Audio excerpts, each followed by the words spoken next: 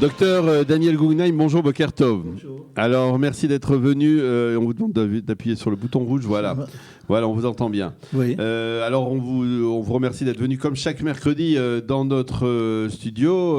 Et ce matin, on peut dire, on est encore tout à fait sous l'impact de la conférence de presse, ou en tout cas du discours du président américain Donald Trump sur ce fameux deal du siècle, son fameux plan de paix qu'il a finalement présenté hier en compagnie de Benyamin Netanyahou. Alors, la question que je voudrais vous poser, c'est est-ce qu'il y a des aspects économiques à ce plan et quels peuvent être ces aspects et comment peut-on les résumer brièvement parce qu'on a d'autres sujets importants aussi à débattre. Oui, vous avez prononcé le mot deal. Oui. Deal, ça veut dire de l'argent. Oui. Et Trump, il va suivant la conception de certains économistes comme Pizarro qui disent que c'est l'économie qui décide de tout. Oui. Et donc, il pense que ce plan qu'il a donné ne marchera que s'il y a des fonds importants. On parle de 50 milliards de dollars qui sont versés pour...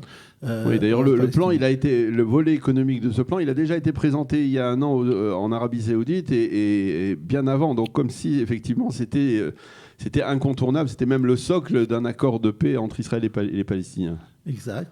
Maintenant, ce qu'ils ont dit, c'est que vous savez que l'Amérique étant très endettée de 1 trillion de dollars, elle n'a pas d'argent. C'est pas l'Amérique qui donnera apparemment cet argent. Elle compte sur les Saoudiens ou les autres pays pour donner de l'argent. Il faut voir comment ça se passe. Ça, c'est une première chose qui est. Pour l'instant, la seule chose que j'ai vue hier, c'est qu'ils ont brûlé des drapeaux de Trump, Nahon, les Palestiniens. Je ne sais pas s'ils veulent recevoir l'argent. Ça fait de problèmes d'environnement quand on brûle des drapeaux, mais du point de vue économique, je ne sais pas si ça aide beaucoup. Et donc, ça, c'est le premier aspect. Il faut voir, comme vous venez de dire, on est encore sous l'émotion, sous le choc.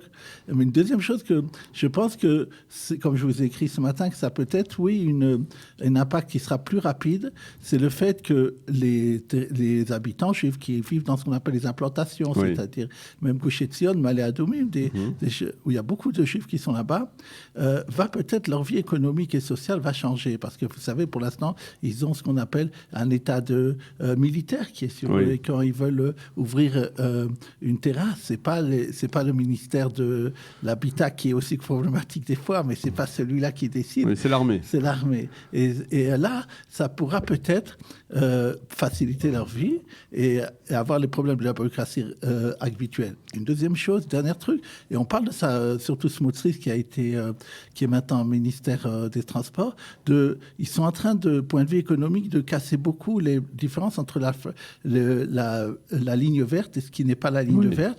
Par exemple, ils parlent de faire des grands projets de trains et de tramways comme à Jérusalem qui iraient d'Israël dans les territoires. Et c'est très intéressant. Et ça, je pense on parle je ne sais pas ce qu'il va faire le conseil juridique, mais si ça se fait, ça peut se faire très rapidement, déjà dans les semaines qui viennent. On en reparlera sûrement.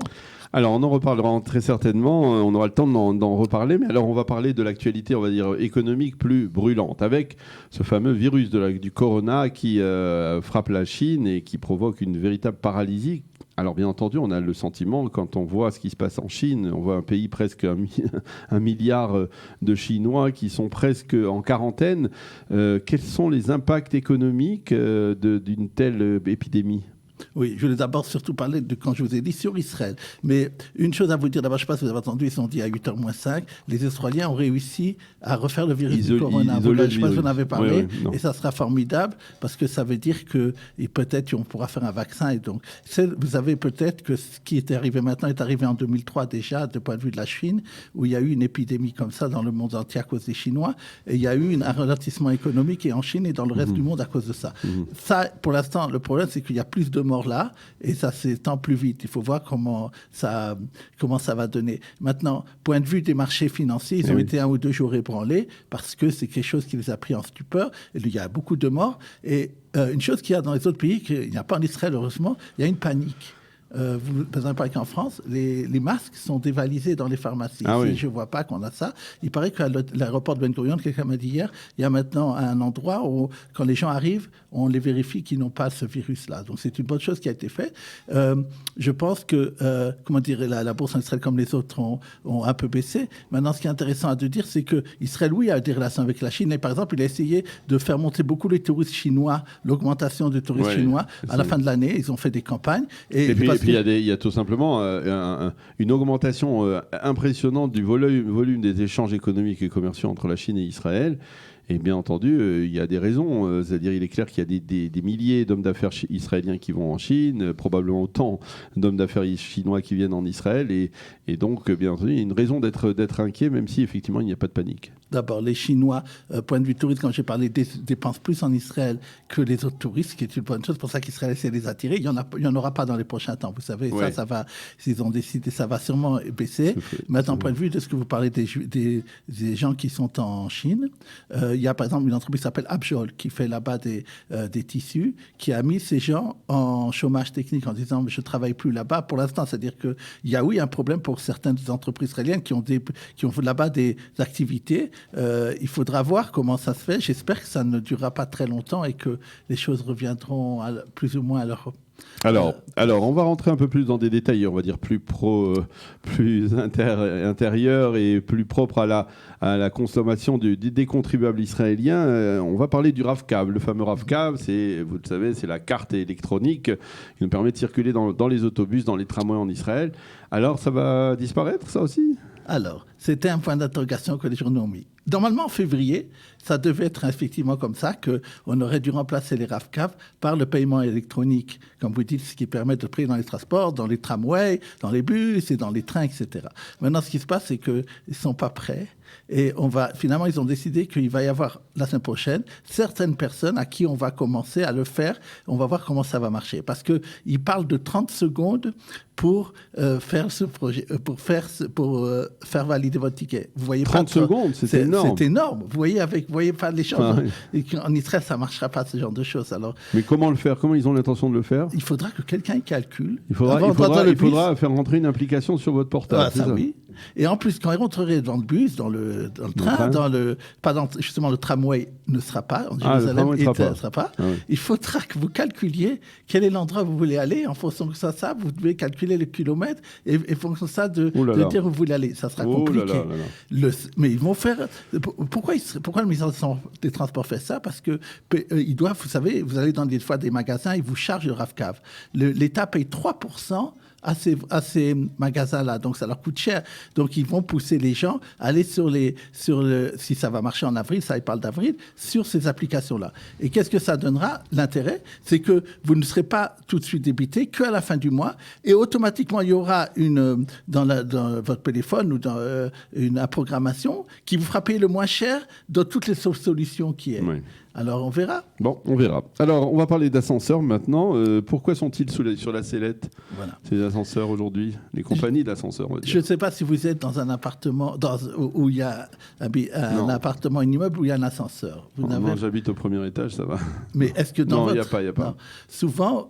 Peut-être ces dernières années, les gens qui habitent dans ce genre d'appartements, il y en a de plus en plus, vous savez, il y a des tours, ils ont vu le prix de leur vadbayit, comme on appelle ça, de ce qu'on doit payer par mois, les frais, augmenter très important. Et une grande partie de ça, c'est à cause des ascenseurs.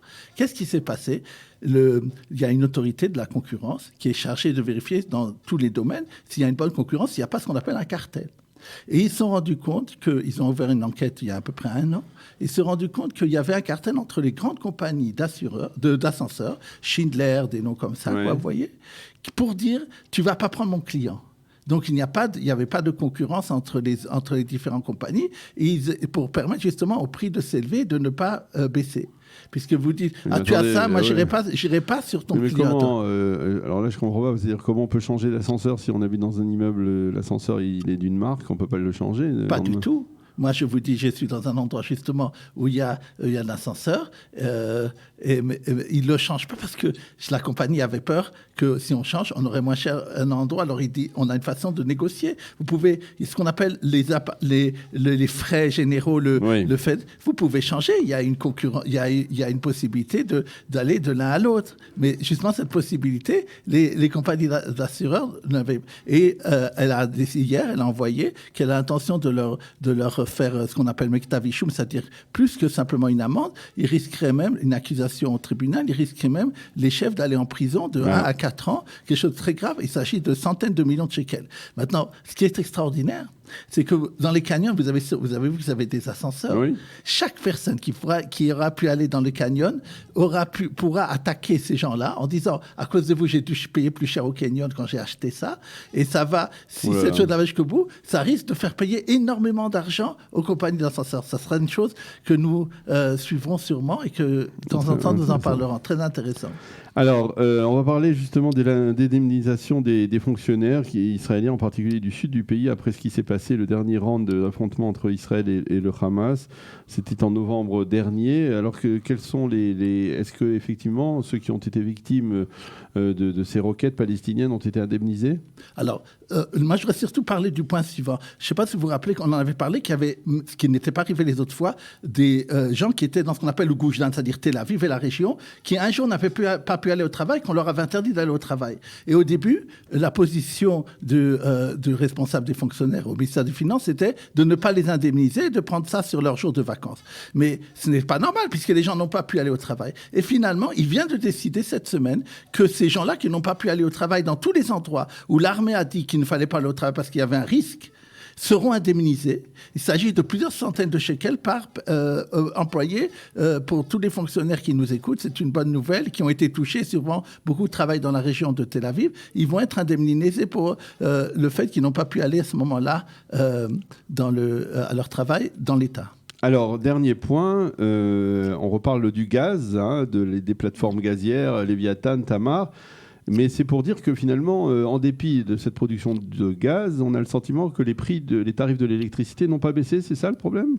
Vous vous rappelez sûrement que vous m'avez dit regardez, et apparemment les journaux vous suivent parce que j'ai vu cette semaine dans un des journaux financiers, ils ont parlé que sûrement ce qui se passe en bourse, pour ceux qui voient, les actions concernant le gaz s'écroulent. Ça baisse énormément. Donc ça veut dire que les prix aussi du gaz baissent, et là, et dans le monde entier, et aux États-Unis, et dans tout le monde. Et donc, on aurait pu penser que l'électricité, ça serait, en Israël, ça se répercuterait et qu'on verrait une grande baisse sur l'électricité. Elle n'a pas eu lieu. Pourquoi? Parce qu'il y a en Israël ce qu'on appelle Reshut HaChashmal. C'est une autorité qui est chargée de réguler la compagnie d'électricité et de décider des grandes lignes. Et elle a décidé à l'époque, quand le gaz est arrivé, qu'elle avait peur que le prix du gaz qui sera demandé par Tamar ou les autres serait trop important. Et alors elle a dit, on va indexer ça, je ne sais pas pourquoi ils ont dit ça, à ce qui se passe en États-Unis, à l'inflation des Américains. Et donc, si au lieu de dire, s'ils avaient fait normalement de laisser par rapport au prix du gaz, ça serait 20-30% de moins que ce que ça serait maintenant. Mais comme ils ont pris une mauvaise décision de le faire par rapport à un index, je ne sais pas pourquoi ils ont choisi l'Amérique et son inflation, qui a quand même augmenté plus ces dernières années. Donc, les Israéliens qui sont consommateurs d'électricité, vous et moi, finalement, payons plus cher notre facture. C'est, encore une fois, des décisions qui sont mal prises et qui coûtent de l'argent à la population. C'est pour ça qu'il faut faire très attention à ceux qui prennent des grandes décisions. Qu'est-ce que sera la conséquence par rapport aux consommateurs? C'est dommage. Ça aurait pu être, comme j'ai dit, beaucoup d'argent qu'on aurait pu épargner. Eh bien, merci beaucoup, Dr Daniel Guggenheim, pour cette chronique, pour nous avoir répondu à nos questions sur ces différents sujets que vous avez choisis, sélectionnés pour nous dans cette chronique. Merci beaucoup d'avoir été avec nous et bonne journée à la semaine prochaine. Merci. Voilà, il est 8h53. Nous allons marquer une pause musicale et vous allez retrouver pour la fin de cette heure d'actualité Eliana Grunfinkel qui va vous présenter sa chronique Un jour notre histoire et terminer cette heure d'actualité en vous présentant les prochaines émissions qui vont suivre.